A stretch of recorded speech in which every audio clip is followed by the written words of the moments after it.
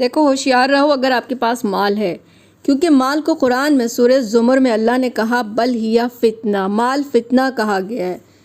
آیت نمبر 49 میں، کہ اللہ کہتے ہیں آیت نمبر 49 میں کہ انسان کو جب کوئی تکلیف پہنچتی ہے تو ہمیں پکارتا ہے، اور جب ہمیں اسے اپنی نعمت سے نوازتے ہیں تو کہتا ہے کہ مجھے تو یہ چیز میرے علم کی وجہ سے ملی تھی۔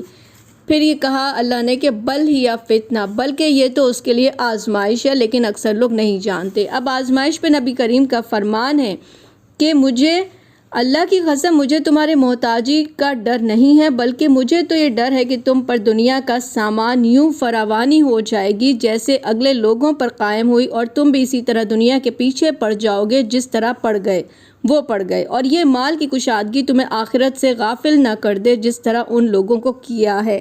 مال آپ کو آخرت سے غافل کر دے گا، اسی لیے اپنے مال کو اللہ کی راہ میں خرچ کر